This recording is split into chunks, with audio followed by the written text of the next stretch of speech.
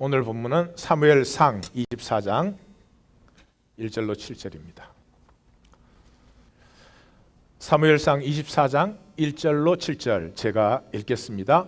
사울이 블레셋 사람을 쫓다가 돌아오매 어떤 사람이 그에게 말하여 이르되 보소서 다윗이 엔게디 광야에 있더이다 하니 사울이 온 이스라엘에서 택한 사람 3,000명을 거느리고 다윗과 그의 사람들을 찾으러 덜렴소 바위로 갈새 길가 양의 우리에 이른적 굴이 있는지라 사울이 뒤를 보러 들어가니라 다윗과 그의 사람들이 그 굴 깊은 곳에 있더니 다윗의 사람들이 이르되 보소서 여호와께서 당신에게 이르시기를 내가 원수를 내 손에 넘기리니 내 생각에 좋은 대로 그에게 행하라 하시더니 이것이 그날이니이다 하니 다윗이 일어나서 사울의 겉옷자락을 가만히 베니라. 그리한 후에 사울의 옷자락 뱀으로 말미암아 다윗의 마음이 찔려 자기 사람들에게 이르되 내가 손을 들어 여호와의 기름 부음을 받은 내 주를 치는 것은 여호와께서 금하시는 것이니 그는 여호와의 기름 부음을 받은 자가 됨이니라 하고 다윗이 이 말로 자기 사람들을 금하여 사울을 해하지 못하게 하니라. 사울이 일어나 굴에서 나가 자기 길을 가니라. 아멘. 다윗의 이야기를 나누고 있습니다. 제일 첫 번째 우리가 나누는 이야기는 다윗의 등극 이야기입니다. Enthronement of David. 다윗이 노바디에서 이스라엘의 왕이 되는 그 과정, Nobody to beloved of Israel이 되는 그 과정을 보는데 그 과정에 우리가 세 개의 얘기를 나누고 있습니다. 제일 첫 번째 사무엘상 16장에 다윗의 등장, 그 다음에 17장에 다윗과 골리앗, 오늘 세 번째 이 등극의 마지막 얘기 사울과 다윗의 얘기를 오늘 나누는 것입니다. 이 사울과 다윗의 이야기는 어떻게 보면 굉장히 애매모호하고 복잡하게 보입니다. 그러나 사실은 굉장히 단순한 얘기를 하고 있습니다. 이 얘기가 복잡하게 보이는 이유는 우리의 생각이 많이 복잡해져 있는 증거입니다. 그래서 이 이야기로 들어가면서 먼저 우리가 생각해 보기를 원하는 것은 만물의 경외로움을 느끼십니까? Are you in awe of all things? 만물, 모든 것이 나보다 훨씬 낫습니다. 우리 어릴 때 그 시튼의 동물기 많이 읽었잖아요. 그 참 재미있고 감동적이고 우리 제일 많이 아는 스토리 중에 하나가 곰 암컷이 새끼들이 가재를 잡아먹도록 이렇게 큰 바위를 들어 올리고 그 밑에 새끼들이 가재를 막 잡아먹고 있는데 포수가 그 암컷을 총으로 쐈는데 그 총을 맞고 죽어가면서도 그 바위를 놓지 않잖아요. 새끼를 보호하려고. 또 여우 얘기. 여우는 그 시튼에 의하면은 여우가 들어가는 굴이 있으면 나오는 굴이 있어요. 근데 그 나오는 굴은 찾을 수가 없습니다. 아주 비밀리에.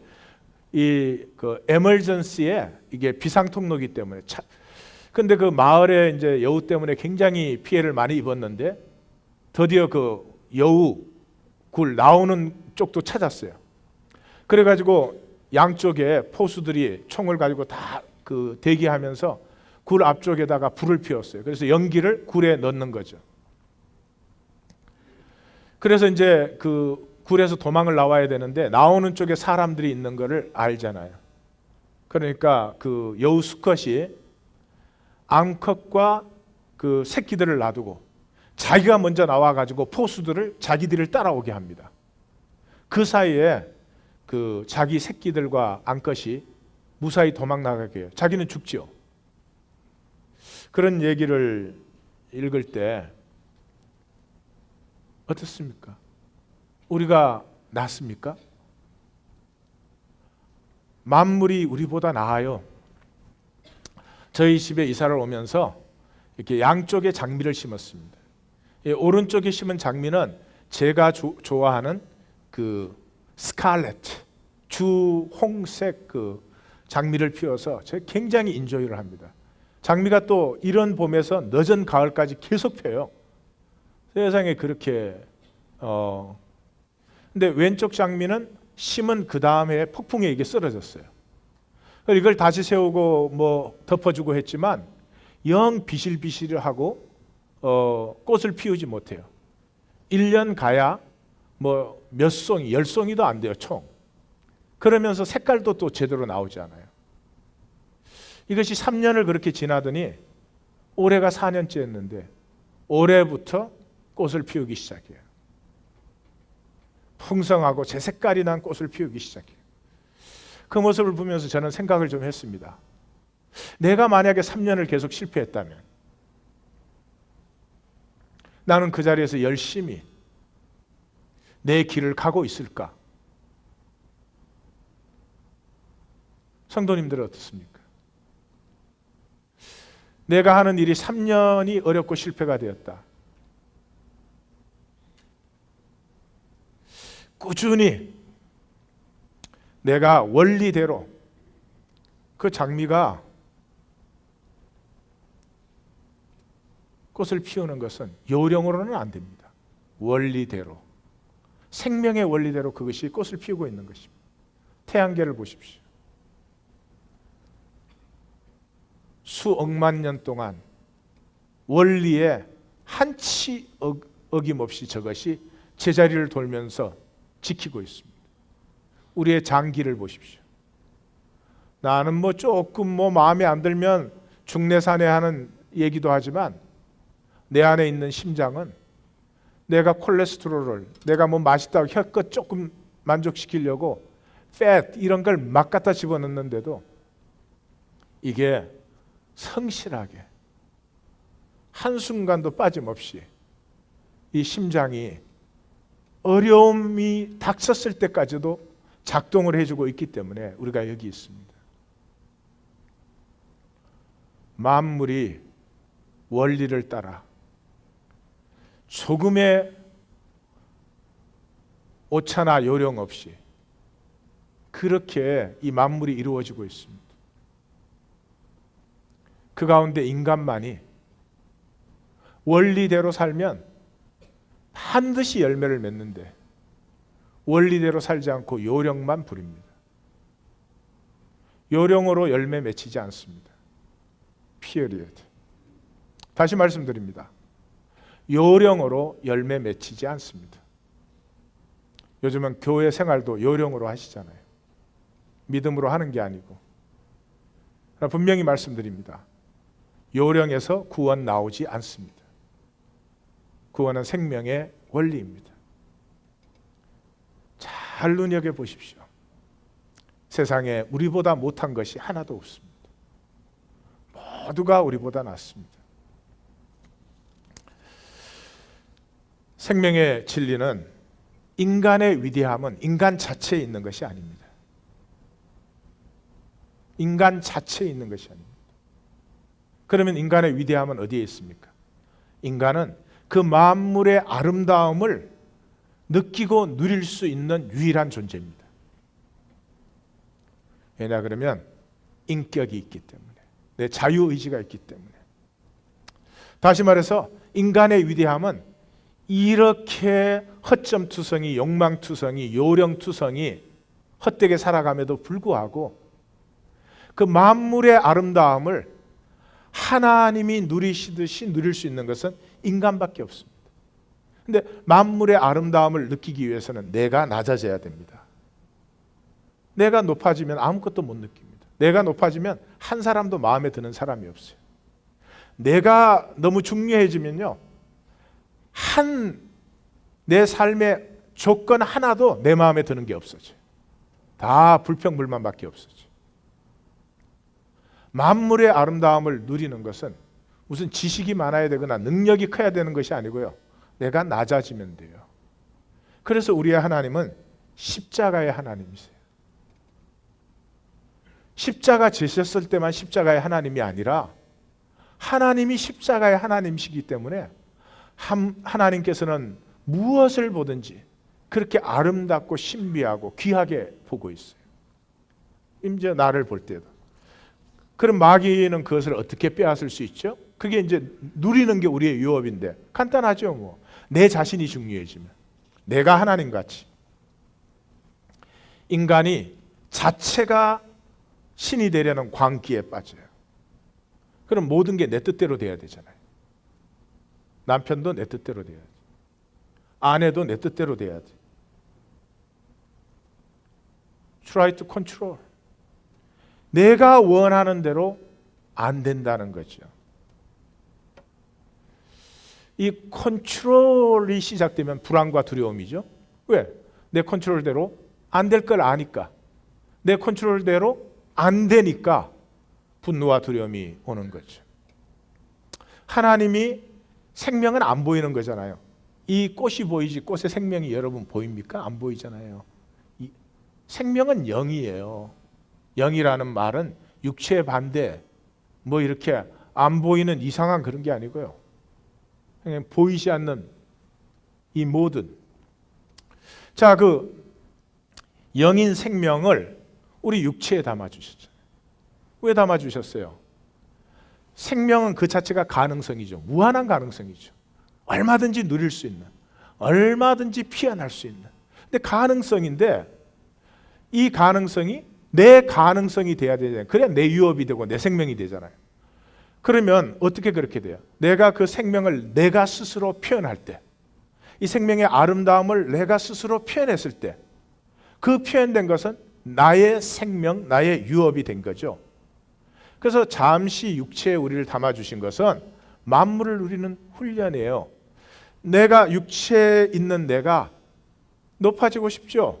그럼에도 불구하고 스스로 낮아져서 만물을 아름다워하고 만물을 신비해하고 그것을 누리는 만큼 이 하나님의 가능성은 나의 생명이 되었죠. 훈련 기간이 끝나면 육체를 벗겨요. 육체를 벗겼을 때 누리지 못한 사람은 어때요? 생명이 허무죠. 허무. 인격적인 존재에서 가장 큰 저주가 허무입니다.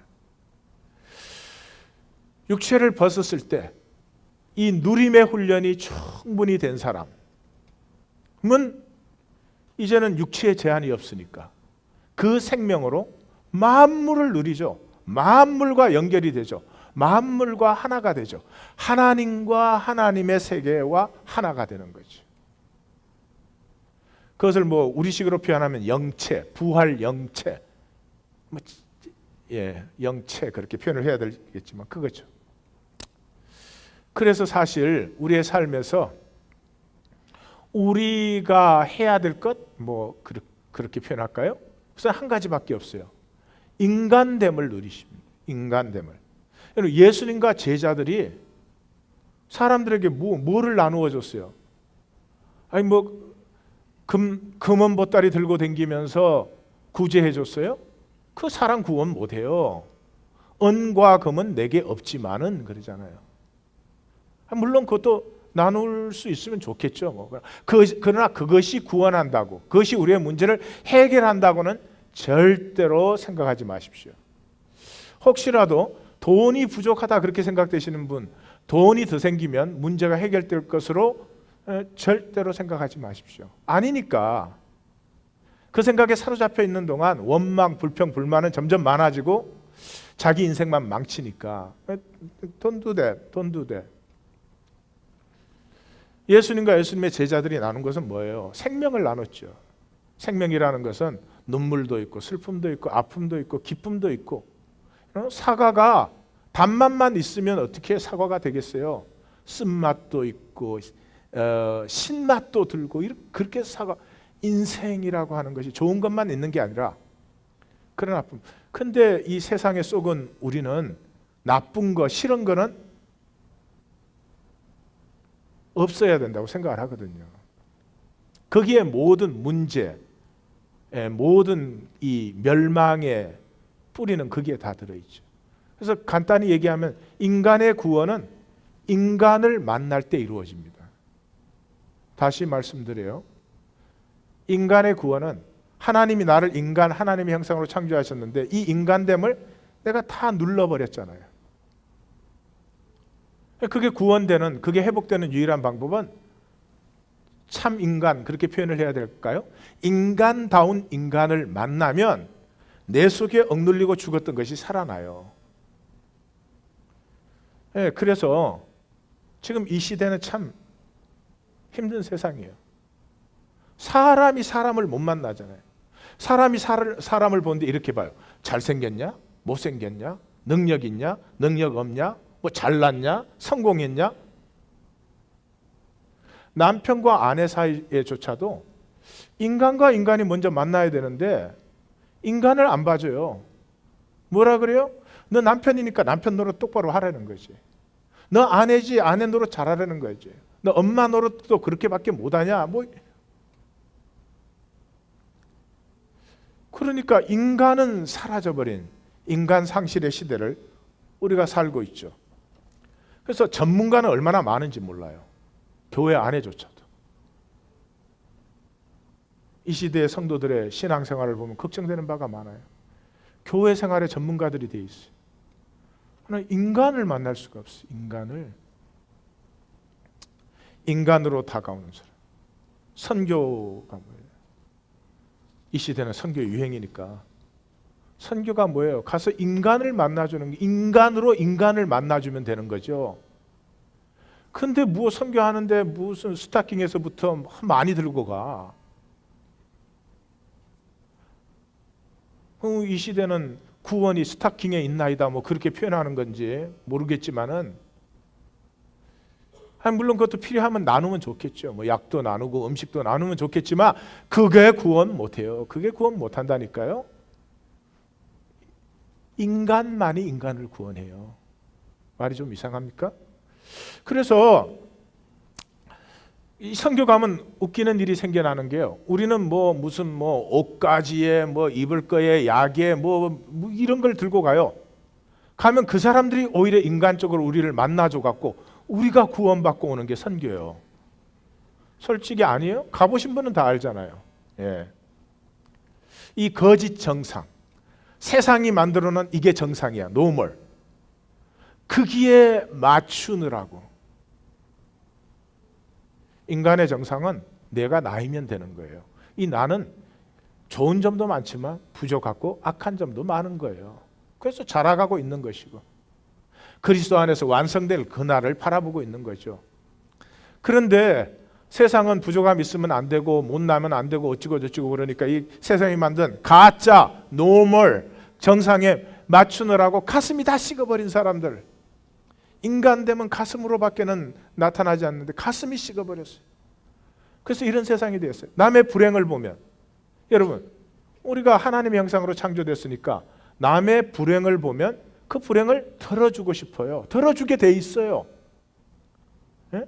그런데 남의 불행을 보면 비웃는단 말이에요. 교회 안에서까지도. 그럼 그게 무슨 교회예요? 예? 남의 잘못이나 부족함을 보면 우리는 격려해 주도록 만들어져 있어요. 하나님의 형상이기 때문에. 잘못했으면 한 번 더 하면 잘할 거야. 걱정하지 마세요. 이래야 돼요. 근데 잘못하면 어떻게 돼요? 여기 우리 교회 안에 강도하다가 잡혔다. 누가 다 자기들은 아닌 것처럼 그 나네 그러면? 그러면 여러분들 어떻게 생각하십니까? 야, 그 참 아름다운 사람인데 어쩌다 그렇게 실수가 됐을까? 환경일까? 마음이 약했을까? 외로웠을까? 힘이 들었을까? 뭔가 격려가 되어주자. 그래야 되는데 뒤에서 수근수근하고 그 인간이 아니다 이 말이죠. 인간다움을 버려버린 것처럼 추하고 천박한 게 세상에 어디 있어요. 그래서 하나님이 인간으로 오셨죠. 구원은 인간이 인간을 만나면 되니까 인간으로 오셨어요. 참인간으로 꼭 굳이 표현해야 된다면 그 참인간이 하나님의 형상이에요. 하나님의 형상이 사랑이에요. 사랑은 뭐예요? 낮아지는 거예요. 만물을 누리는 거죠. 그래서 예수님은 항상 자기를 사람의 아들 그렇게 부르셨잖아요. 사람의 아들. 근데 우리는 이 인간됨을, 내 자신됨을 잃어버렸어요. 근데 사실 생각해 보면 이게 복이에요. 복. 자신을 잃어버린 것이. 왜냐 그러면 자신을 잃어버리지 않았다면 찾을 리가 없잖아요. 하나님이 주신 생명은 그냥 그대로 내 것이 되는 것이 아니고요. 내가 내 마음대로 살고 싶은 그 생명 파괴하는 내 안에 있는 욕망을 내가 넘었을 때, 싸워서 이길 때, 그때 내 생명이 되는 건데, 그러면은 내가 생명을 잃어봐야 이 생명을 찾아야 되는구나, 이렇게 되는 거죠. 그래서 우리가 자신을 잃었다는 얘기가 참 복된 얘기예요. 왜? 진정한 자신을 이제는 찾을 수 있기 때문에. 예. 옆에 분에게 자신을 찾을 수 있어요. 예. 자신감도 생길 거예요. 예. 그런데 우리 하나님은 어떤 하나님이요? 잃은 자를 찾는 하나님이에요. 99명 자신 안 잃었다고 그런 사람은 괜찮아. 알아서 하면 되니까. 한 마리의 잃은 양을 찾아서 나서는 하나님이에요. 그래서 그 하나님의 가슴, 나는 내가 나를 상실하고도 잃어버리고도 이런 줄도 모르고 사는데, 잃어버린 나를 나보다 더 아파하시고 더 사랑하시고 더 회복하시기를 원하시는 그 하나님의 가슴, 하나님이 가장 하나님다울 때는 하나님이 인간이실 때예요. 인간이 가장 하나님다울 때는 인간이 인간다울 때가 가장 하나님스러워요. 그래서 그 하나님을 만나면 잃어버렸던 인간, 인간성 그럴까요? 인간성 그러면 너무 제한적이어서 인간이 restore, 회복되고 내 안에 주신 하나님의 형상을 누리기 시작하죠. 오늘의 이야기 자체는 1절에서 7절까지 다 끝납니다. 우리가 읽었죠? 사울이 블레셋을 치기 위해서 갔다가 돌아오는 길에 정보를 받았어요. 다윗이 엔게디 광야에 있다. 그래서 3,000 정예병을 뽑았어요. 3,000명의 정예병을 가지고 다윗이 다 해봐야지. 예? 아둘람굴에 400명인데 하여튼 정예병을 그 10배를 뽑아가지고 이제 뿌리를 싹 뽑겠다. 그러고 딱 나섰어요. 한번 상상을 해보십시오. 왕을 호위하는 기사들과 3,000 정예병이 나아가는데 정말 대규모 군사작전이 예상되는 때에 갑자기 이 성경의 이제 매력이죠. 갑자기 뒤를 보는 사울. 응? 왕이 돼가지고 3,000 정예병을 거느리고 가면 뭐가 된 것 같잖아요. 뭐인 것 같잖아요. 뭐를 이룰 것 같잖아요. 그래도 뒤는 봐야 돼. 그게 우리예요. 사랑하는 성도님들. 내가 돈을 좀 벌면, 내가 뭐가 어떻게 되면, 내가 또 뭐 이루었으니까, 내가 뭘 했으니까 내가 뭐다 좋습니다. 그러나 기억을 하십시오. 그래도 뒤는 봐야 된다. 그리고 어쩌면 그것이 더 중요하다. 왜? 뭐 되는 건 안 돼도 살지만 뒤 보는 건 안 보면 못 사니까. 우리는요, 나의 연약함을 받아들일 수가 없으니까. 나도 모르게 나를 굉장히 뭐가 된 것처럼, 중요한 것처럼 생각합니다. 자기의 잘못과 부족함은 만 가지로 다 변명되어 있으니까. 제가 목회 생활에서 30년이 넘는 목회 생활에서요, 제일 놀라운 경험이 뭐냐 그러면, 저 성도님이 좀 믿음으로 사시면 좋겠다 그러는데요, 그 성도님하고 얘기를 하면 이래요. 저는 믿음이 있기 때문에 문제가 없는데요. 처음에는 진짜 너무 놀라서 이렇게 망치로 한 방 맞은 것 같았어요. 근데 이제는 하도 자주 들으니까 믿음으로 살지는 않는데 믿음은 있다고 생각을 해요. 오늘 이 허점을 잘 보셔야 돼요. 그래서 성경은 참 재미있게 우리의 진실을 얘기해줘요. 3,000명의 정예병을 거느리고 나서는 왕, 휘황찬란하겠지만 뒤는 봐야 돼요. 그래서 이 장면에서 그렇게 의기등등한 그 왕이 전혀 패시브하게 나옵니다. He's totally passive.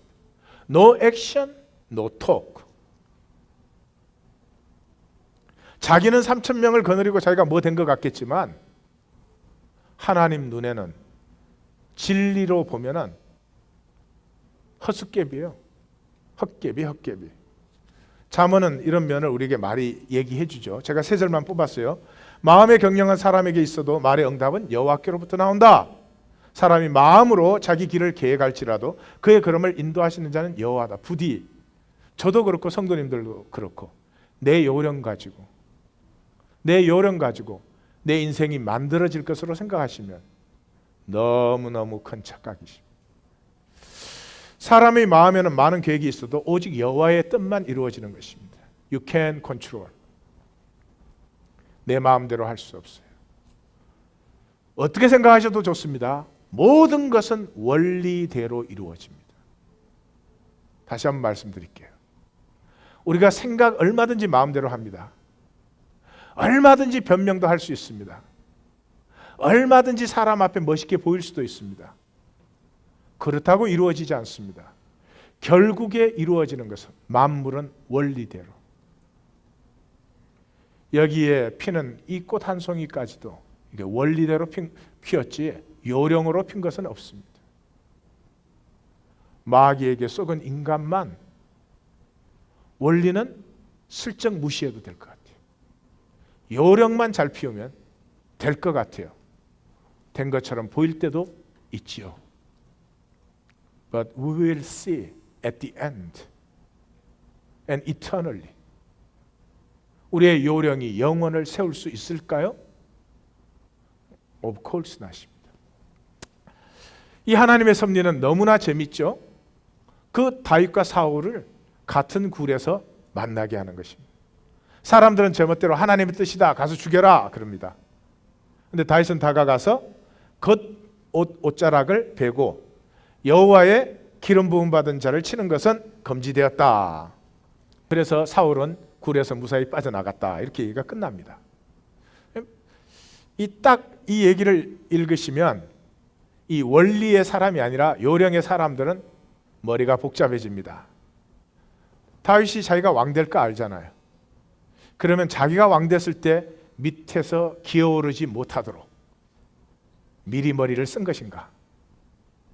또 12지파의 왕이 돼야 되는데 사울을 따르는 북지파 10지파 반에 이 북방지파의 마음을 얻으려면 그냥 사울 죽인다고 문제 해결이 되지 않는다는 것을 다윗은 아는 똑똑함, 현명함이 있었던 것인가? 다시 한번 말씀드리지만 그거는 생존의 사람들, 계산의 사람들이에요. 얘기를 다시 한번 읽어보십시오. 간단하고도 선명한 얘기를 하고 있습니다. 그 뜻은 다윗의 말에서 정확하게 나타나고 있습니다. 다윗이 사울을 부릅니다. 두 가지로 부릅니다. 첫째는 왕이여, 내 주 왕이여. 그렇게 부르고 9절과 10절에 왕은 어찌하여 나를 죽이려고 합니까? 여호와께서 오늘 왕을 내 손에 넘겼지만 나는 왕을 해하지 않았습니다. 나는 내 주를 해하지 않습니다. 여호와의 기름 부음 받은 자이기 때문에. 옆에 분에게 나는 당신을 해하지 않습니다. 당신은 하나님의 형상입니다. 고백 한번 해보십시오.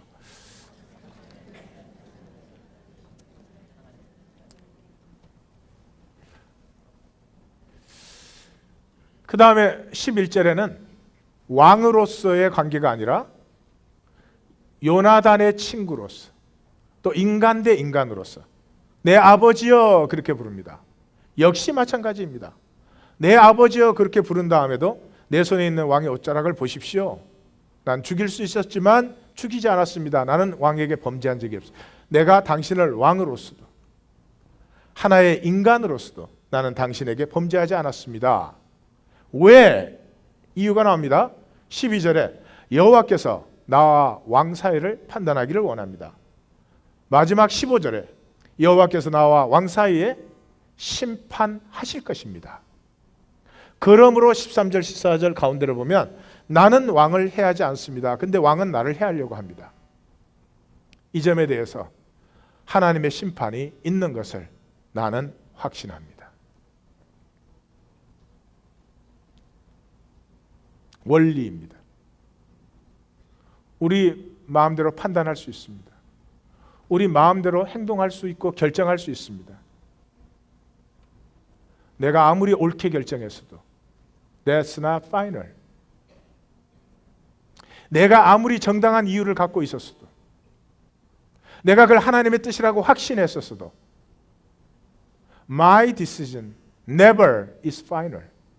기억하셔야 됩니다. Final은 하나님께서 하시는 것이죠. 내가 하나님 앞에 쓸 때 있습니다. 다윗은 그것에 아주 선명했습니다. 그 말을 들은 사울이 얘기를 합니다. 사울의 말이 나옵니다. 사울의 말은 읽어보시면 알겠지만 concession speech. 이번에 람리가 지고 나서 자기가 절대로 지지 않을 거라고 생각을 했기 때문에 concession speech를 준비 안 하셨다가 좀 당황하게 됐죠. 사람이 당황하면 꼭 실수를 하더라고요.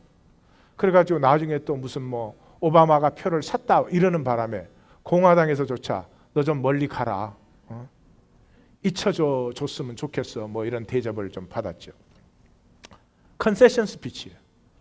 완전히 내가 졌습니다, 당신이 승자입니다 하는 스피치를 해요. 보면 16절에 내 아들 다윗아, 그러며 소리를 높여 울었어요. 진심에서 하는 거죠. 너는 나보다 어렵다. 여호와께서 나를 내 손에 넘기셨으나 그러나 너는 나에게 선으로 갚았다. 그러므로 여호와께서 너에게 선으로 갚으시기를 원한다. 나는 내가 왕이 될 것을 알고 이 나라가 너에 의해서 견고히 서게 될 것을 안다. 그러므로 그때 너는 내 후손을 끊지 말고 내 이름을 멸망시키지 말아라. 그렇게 컨세션 스피치가 끝나고 사울은 집으로, 다윗은 요새로 갔다. 진정한 승리를 얻고 싶습니까?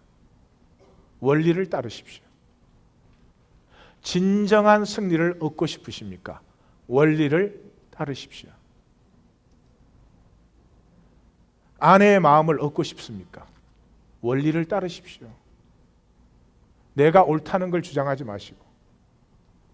남편의 마음을 얻고 싶습니까? 원리를 따르십시오. 원망 불평하지 마시고. 자, 이야기의 핵심은 간단하죠. 사울과 다윗과 블레셋, 이 3요소에 의해서 다윗의 생애가 이루어지고 있습니다.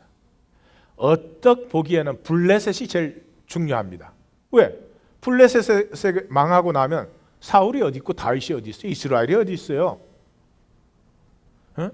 이 블레셋을 일단 이겨내야 그 다음에 사울도 있고 다윗도 있죠. 환경이, 외적 변수가 제일 중요해 보여요. 절대로 속지 마십시오. 절대로 속지 마십시오. 요즘 제가 제일 이렇게 좀 웃기게 듣는 얘기는 불경기라는 거죠. 불경기. 무슨 언제 물경기가 있었나? 불경기가 있게. 예?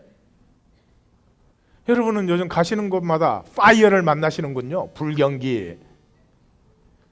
사랑하는 성도님들, 불경기 오기 전에는 하루에 10,000불씩 버셨죠, 그죠?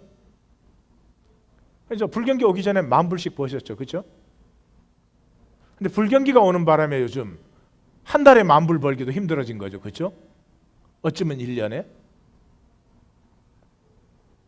잘 한번 생각해 보십시오. 솔직히 자신에게 물어보십시오.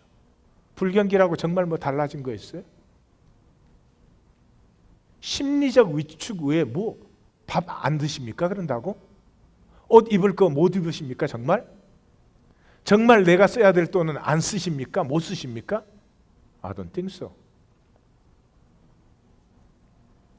불경기, 호경기, 그 말 하실 시간에 하나님의 이름을 한 번 더 부르세요. 그것이 원리입니다. 쏘으시면 안 돼요. 두 번째, 내적 변수가 사울이죠. 블레셋이라는 외적 변수, 다윗에게 있어서 그거는 만군의 여호와께서 알아서 하실 일, 골리앗과 싸움에서 봤죠. 더 중요한 건 내적 변수입니다. 내적 변수. 왜 내적 변수가 더 중요하냐?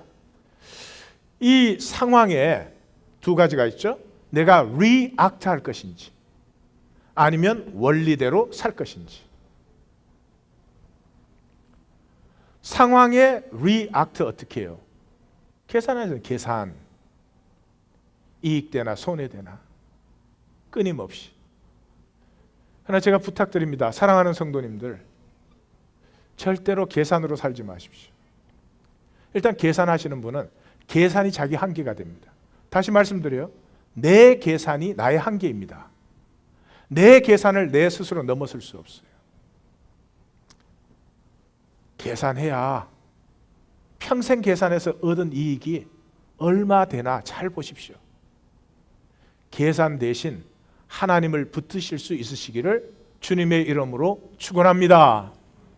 예, 정말이에요. 계산되면 되게 똑똑한 것 같잖아요. 계산되면 잘 지키는 것 같잖아요. 그 계산 때문에 와이프의 마음도 못 얻어요. 그 계산 때문에 가족 친지가 많지만 정말 사랑의 관계는 없을 수도 있어요. 계산하지 마십시오. 원리를 잡으셔야 돼요. 두 번째, 계산하는 사람은 사실은 그거보다 더 중요한 이유가 절대로 사랑할 수 없습니다. 다시 말씀드려요. 계산하는 사람은 절대로 사랑할 수 없습니다.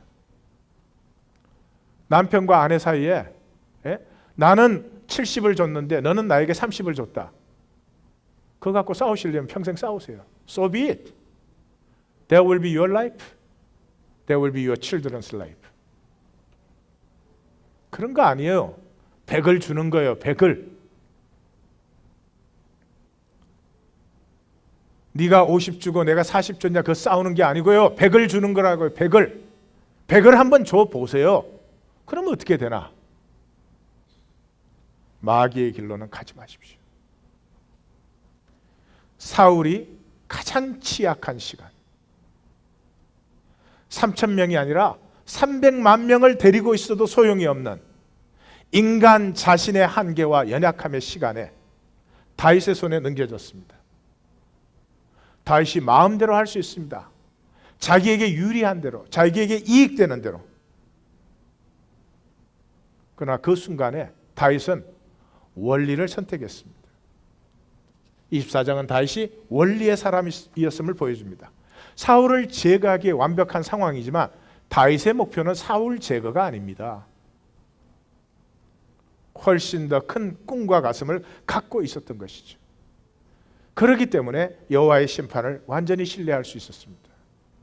이것만이 온전한 승리를 가지고 올 수 있습니다. 요령으로 이긴 승리, 머리 잘 돌려가지고 이룬 승리, 잠깐 승리한 것처럼 보일 수 있습니다. 그러나 그 승리는 끝까지 가지는 않습니다. In fact, 별로 오래 가지 않습니다. 우리 다 제가 말씀 안 드려도 다 아시죠? 그래서 사울이 완벽한 패배를 인정하게 됩니다. 오늘 본문이 제 가슴에 또 우리들에게 주는 것은 원리의 사람이 되어라 하는 것입니다. 요즘에 제 마음의 소원입니다. 여러 가지 되고 싶은 것도 지나가고 이루고 싶은 것도 지나가면서 이제 제 마음에 유일한 소원이 내가 I wanna be the man of principle. 원리의 사람이 되고 싶다. 원리의 사람은 두 가지를 가지고 있습니다. 첫째, 경외감입니다. 경외감 그러면 감이 안 오시겠지만 내 마음대로 하지 않는다는 것입니다. 내 마음대로. 나의 원대로 마옵시고 아버지의 원대로. 이것이 경외감이 있을 때 되는 것입니다. 전에는 성도님들이 부족하면은 좀 더 훈련 좀 하지. 왜 믿음이 저렇게 없을까? 말과 요령으로만 살까? 이런 판단이 뭐 생각할 필요도 없어요. 그런데 나사렛 예수와 하나님의 나라를 우리가 한 1년 반 했습니다. 시작할 때 제 생각은 이 성도님들에게 하나님 나라의 꿈을 심었으면 좋겠다. 이 많은 시간을 들여서 와서 교회 생활하고 돌아가 버리는, 너무 안타까우니까 좀 진정한 믿음으로 피어날 수 있도록 그래서 시작을 했어요. 그래서 시작을 했는데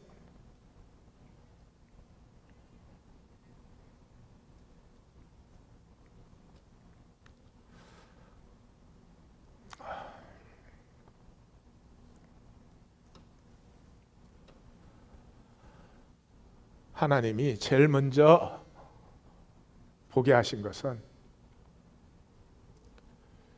제가 다른 사람들은 종교단체 하나 잘 세워가지고 운영 잘하고 뭐 자기가 좀 유명해지기도 하고 그러는데, 나는 하나님에 대한 그래도 깨끗한 마음을 가지고 나사렛 예수가 전했던 그 하나님의 나라를 내가 피워보자. 난 비교적 깨끗하다, 이런 생각을 가지고 있어. 근데 그 깨끗함으로 내가 파워 게임을 하고 있더라고. 내가 깨끗하니까 너네는 내 말 들어야 된다는 거죠. 내가 옳기 때문에 너네가 내 말 들어야 된다는 거죠. 옳은 게 내 소원이 아니더라고요.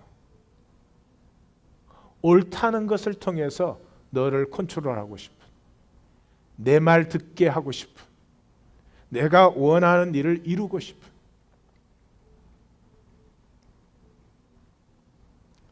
그 다음부터 이제 하나씩 하나씩 보이시는데요.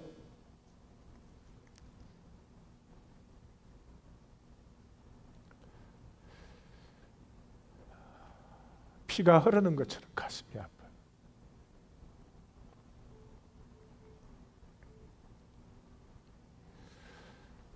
다 말씀드릴 수는 없지만 내가 하나님 나라를 이루려고 하고 있어. 하나님이 하나님 나라는 이룰 것도 없고 너에 의해서 이루어지는 것도 아니고,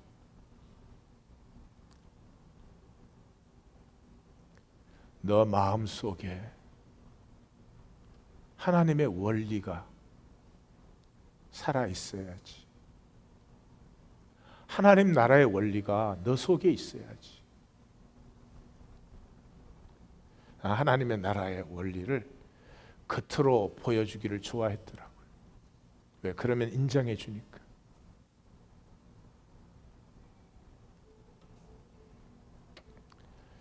어떻게 보면 가장 무서운 사람이 옳은 사람이더라고요.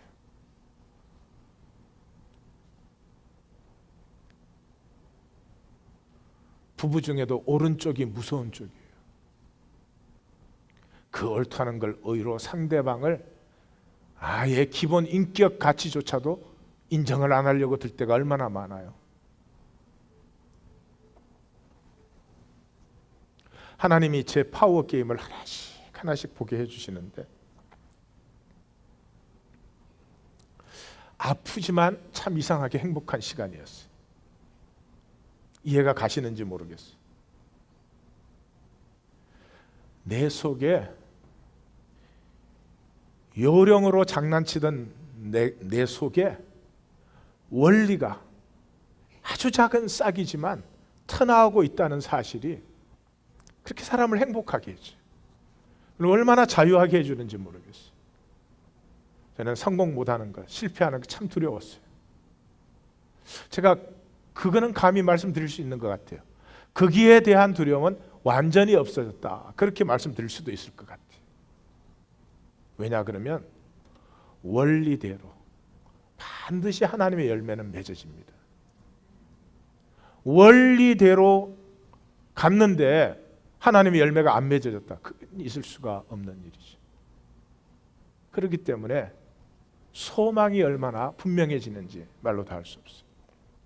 우리 하나님 교회가 전 참 아름다운 교회라고 생각을 합니다.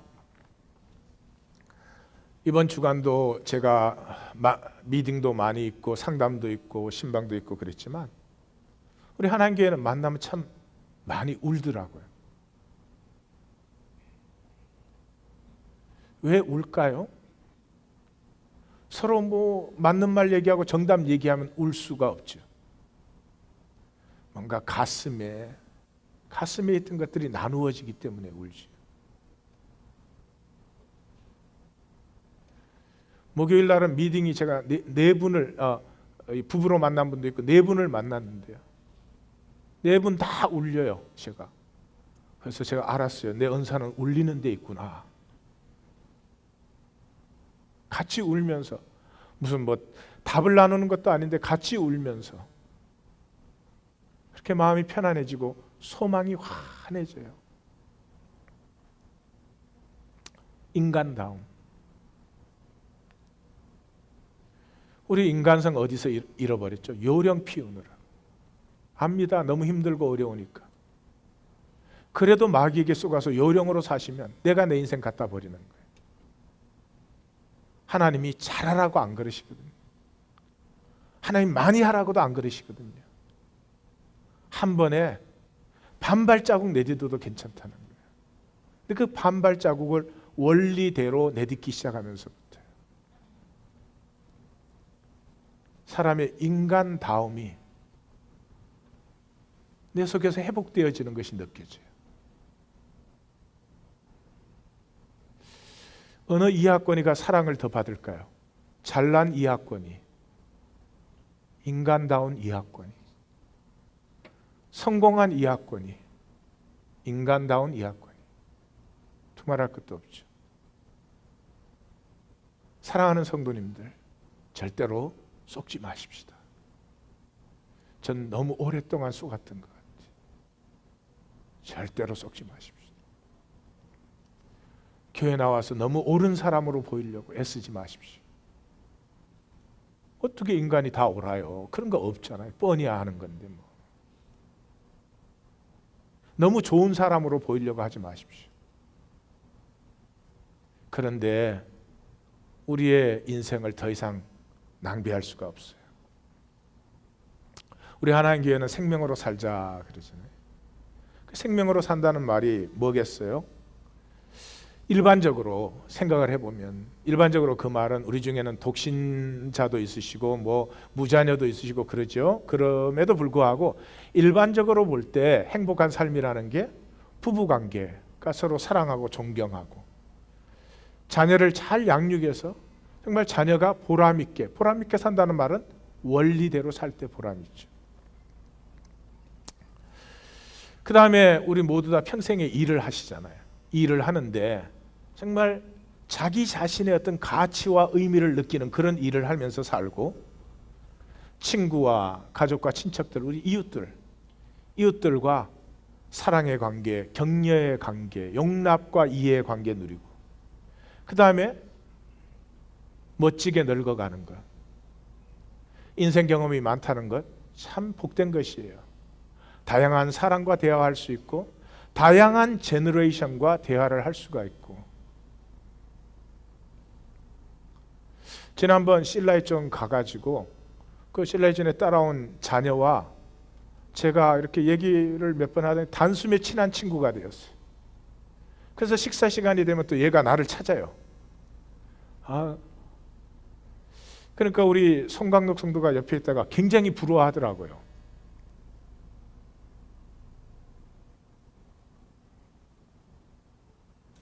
나이 들수록 자기하고 비슷한 사람 아니면 얘기조차 되지 않는 경직이 되는 것도 가능하죠. 그냥 멋있게 늙어가면서 후회 없는 마감, 인생을 마감할 때 정말 보람 있게 살았다. 나에게 주신 이 생명이 너무 감사하다. 그게 행복한 삶이잖아요. 뭐 특별한 게 아닙니다. 근데 그것이 몽땅 저주가 될 수 있어요. 어떻게 되면? 생존으로 살면. 생존이라는 건 뭐예요? 그냥 핵심이 나의 파워를 느끼고 싶다는 거죠. 내 남편도 내 뜻대로 됐으면 좋겠다는 것이. 내 아내도 내 뜻대로 됐으면 좋겠다는 거예요. 내 자식도 내 뜻대로 됐으면 좋겠다는 것이. 모든 환경도 내 뜻대로 됐으면 좋겠다. 그걸 위해서 뭐 해요? 나는 옳다는 거지. 난 열심히 한다는 거지. 응? 내 의를 만든 다음에, 의가 없는 사람이 그걸 주장해요? 의를 만든 다음에 상대방을 잡는 거지 뭐. 절대로 행복하지 않습니다. 절대로 행복하지 않습니다. 그 내 뜻대로의 중심에 있는 게 뭐예요? 계산, 칼큘레이션. 가슴을 탁 열고 좀 사랑하면 좋을 텐데. 사랑은 홀드하고, 너 내 말 들을 때까지, 너 내 뜻대로 해줄 때까지 넌 절대로 내 사랑 받을 수 없어. 뭐가 있어요? 그 중간에 마귀의 거짓이 들었죠. 하나님같이. 나 자신이 중요해져 가지고 모든 것이 내 뜻대로 돼야 된다는 이 신적 광기가 그 속에 있어 가지고 내가 나를 파괴시키는 것도 모자라서 이웃까지 다 파괴를 시키죠. 그 똑같은 것이 무한한 축복과 영생이 됩니다.